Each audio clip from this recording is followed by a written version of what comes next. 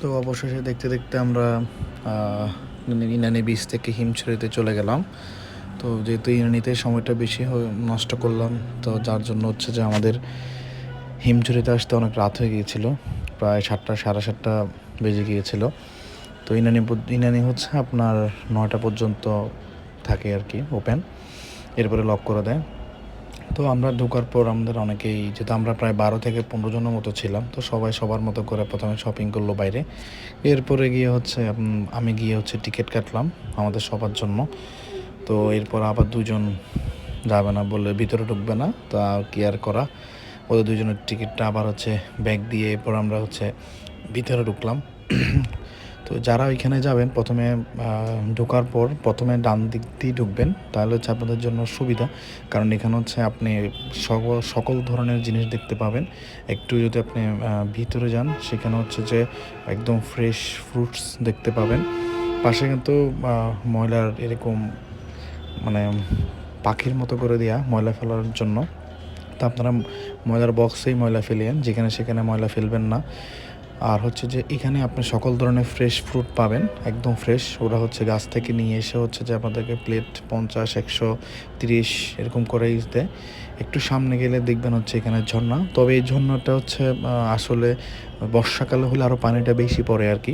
যেহেতু এখন হচ্ছে আপনার মোটামুটি শীতকাল, তো যার কারণে হচ্ছে যে আপনার তেমন একটা পানি ছিল না। তো আমাদের মোটামুটি সবাই প্রথমে এখানে আসলাম, আসার পর সবাই মোটামুটি যতটুকু সম্ভব আমরা ছবি তুললাম। ছবি তুলে হচ্ছে পরে এখান থেকে পরে আমরা বাম দিকে চলে গেলাম। জাস্ট আপনাদেরকে ঝর্ণাটা একটু দেখাই, মাসাল্লাহ বেশ সুন্দর। আমরা এরপর ওইখান থেকে বের হয়ে চিন্তা করলাম যে পাহাড়ের উপরে উঠি, যদিও রিস্ক ছিল, তারপরে উঠলাম এই রাতের বেলায়। তো এখানে সাবধানতা অবলম্বন করবেন, কারণ এখানে হচ্ছে যে সবগুলাই সিঁড়ি দিয়েই উঠতে হয়। তো যেহেতু রাতের বেলা, তখন অনেকটাই রিস্ক ছিল। মানে এমন হয়েছিল সারাদিন ঘোরাঘুরির কারণে আমরা পুরোটাই টায়ার্ড হয়ে গেছিলাম। তো যাই হোক, মোটামুটি একজনের পিছনে সিরিয়াল ধরেই হচ্ছে যে আমরা উঠি, কিন্তু তখন ম্যাক্সিমাম মোটামুটি সবাই নেমে গেছিলো, কারণ হচ্ছে যে রাত হয়ে গেছিলো। তো যার কারণে হচ্ছে সবাই নেমে গেছিলো। তো যাই হোক, পরে আমরা প্রায় 6 জন মতো উঠতে পারছিলাম, আর বাকিরা উঠে নাই, কারণ হচ্ছে যে সবাই হাঁফায় যাওয়ার কারণে আর উঠে নাই আর কি।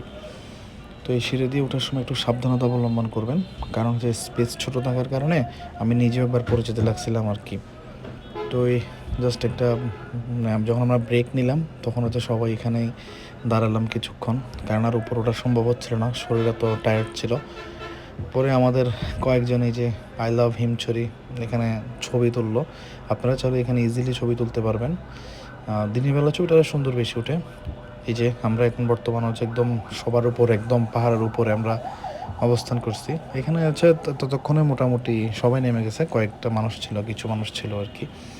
তো এখানে হচ্ছে একজন ওইখানেই কাজ করে, ওনারা হচ্ছে এই ডাবগুলো হচ্ছে নিচ থেকে একদম উপরে নিয়ে যায় আর কি।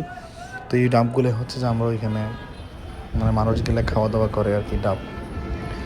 তো অনেকে এখানে হচ্ছে মোটামুটি ধরেন অনেকেই যাচ্ছিল না, পরে আমি হচ্ছে যে একদম লাস্ট মুহূর্ত পর্যন্ত যাই এই অন্ধকারের মধ্যে আর কি।